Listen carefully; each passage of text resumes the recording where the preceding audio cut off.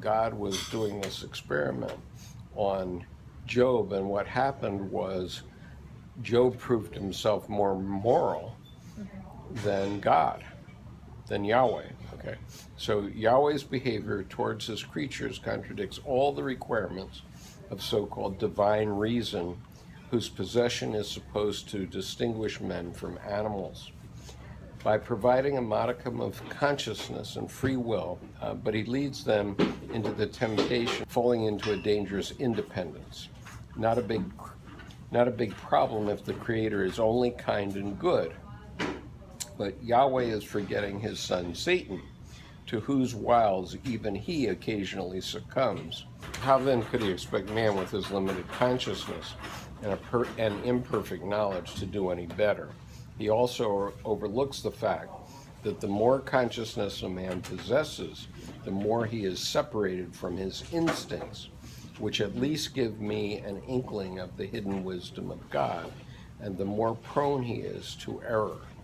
He is certainly not up to Satan's wiles if his creator is unable or unwilling to restrain this powerful spirit. So, the more consciousness, the less instinct, okay? Which Jung later conflated to be too much civilization makes sick animals, too much animal makes an ineffective civilization, I guess. I have a question for you. Yep. How does all this, I mean, this is all focused on the individual, but how does this relate to the collective consciousness? In other words, it seems that it's much easier for people to embrace their shadow in a mass when they have support of the mass. Yeah, but then you get Nazi Germany. Yeah, but that's my point, is that this is all discussed on an individual level, but how does it interact with the idea of the collective consciousness? Well, it is the collective consciousness too, because what we're seeing here is literally the evolution of the psyche, okay, and the evolution of the human outlook on life, okay, which is religious everywhere you look, okay. In other words, I can point to parallels in Buddhism, where Buddha was at the time of Job. Okay, that's when he lived. He lived at the time of Job, and Siddhartha Gautama was a prince in India, in northern India, about the time of Job, right? And so, at about that time. And also Lao Tzu, wasn't he about that time also? Okay, so yeah, and Plato was about then also, and Socrates. I mean, in those general years. So all over the world, there was something going on in the collective unconscious, okay?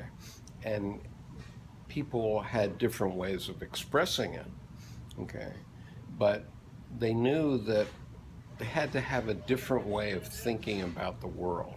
I mean, they didn't consciously know it. They knew it deep down. And so just like art today, and maybe you would agree with this, Sandy, as far as art, that art today expresses the unconscious of today. Okay, so artists express stuff before we know it. For example, you had Kandinsky and all these guys around the time of World War I, and they basically were predicting World War I and World War II. That's what they were doing. And Jung himself had his vision on December 12th, 1913, where he visioned Europe filling up with blood, and he didn't know why. Okay, he thought he might be having a psychotic event, and so all these precognitions are going on. So something was going on in humanity around this time of 500 BC. That's what I'm starting to grok now, which is that, okay, it got expressed in our Judeo-Christian Western environment as the Bible, and got written down as the Bible. But the Bible was forming for hundreds of years. I mean, it was literally forming from 1200 BC to 325 AD. And then the Protestants say it stopped. After that, there's no more communications from God. Well, except through our designated. Send your checks, please. yeah,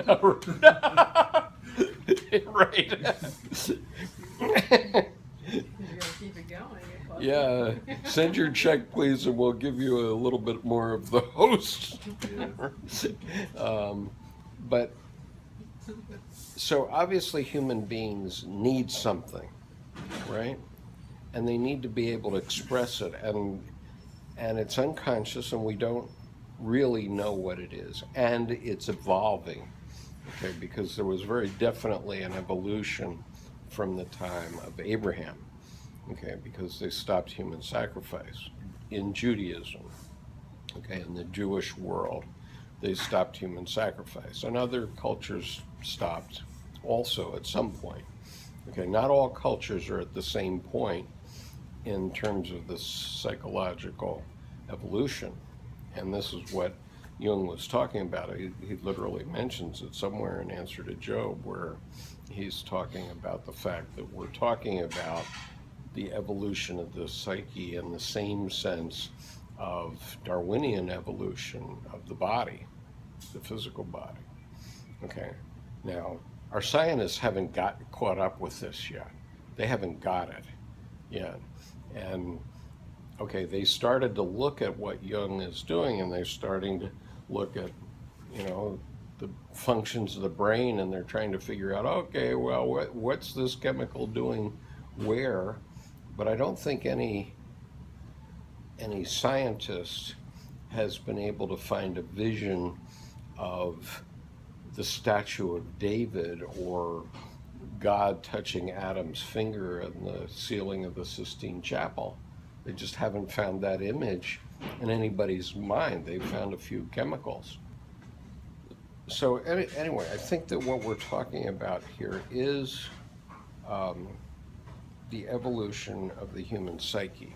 And I don't think science knows what it is, you know, what. But I think you're looking at it as a one-way evolution, aren't you? No. No, you're seeing it. There could be regressions. There can be regressions, and there certainly were regressions during the Dark Ages.